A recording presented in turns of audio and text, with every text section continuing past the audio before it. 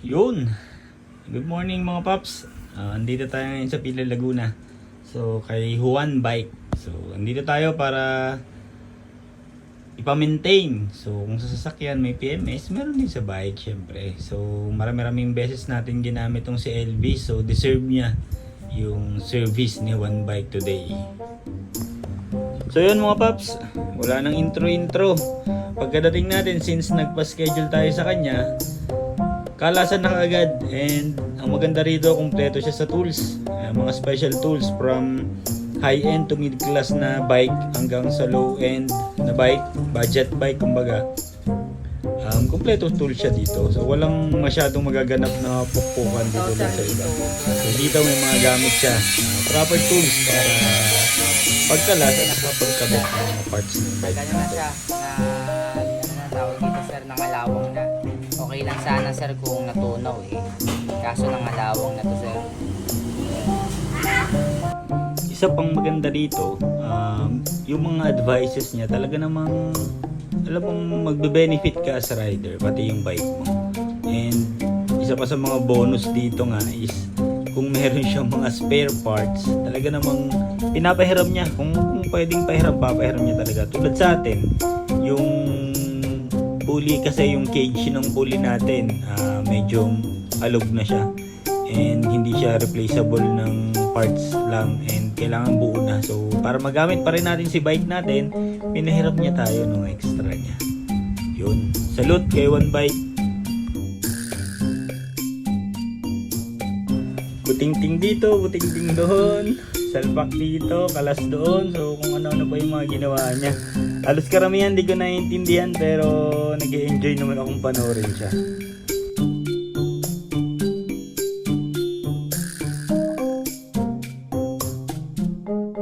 Sound check muna tayo. Joke lang. Ayun yun.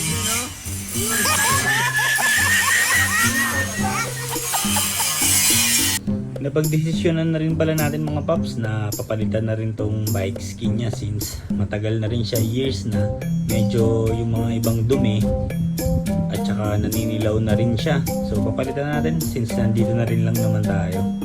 So after niya tanggalin yung lahat ng bike skin, ayan, talaga naman sinaga niya na matanggal yung mga residual ng sticker ng bike skin. So makita niyo naman, kinukuskus niyang maigi na para completely parang bago yung frame natin. After matanggal lahat ng residual para maging bagong-bago na talaga ulit yung frame natin, bike wash naman. So premium bike wash ni Juan Bike. Yan, nagbigay din siya ng mga tips kung paano natin maiingatan yung drivetrain natin kapag ka nagba-bike wash tayo. So yun, susundin natin kapag ka sa bahay na tayo nag-bike wash.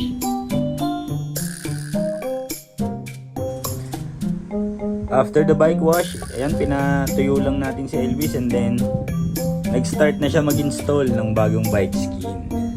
Solid yung pagkabit ng skin, so madetalye, tapos buong buo, yung talagang mga exposed sa gasgas na parts ng frame natin.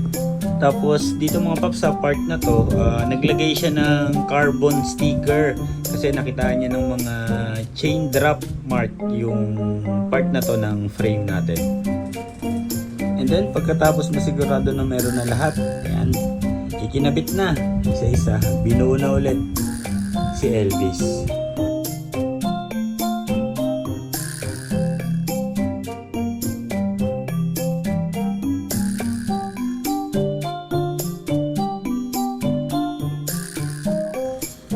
Tuning na tayo, and after that, sound check. Ito na yung totoong sound check.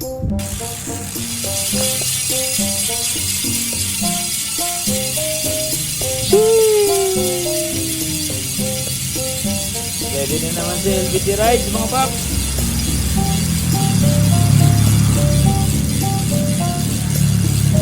Napaka-solid ng service ni Juan Bike. Punta na tayo dito para magpa-service ng bike natin. Sobrang approve. Tapos na, uwi na tayo. So mukha lang akong malungkot niyan, pero masaya ako. Pinag-iisipan ko kung paano ko sasabihin yung mga nagastos ko.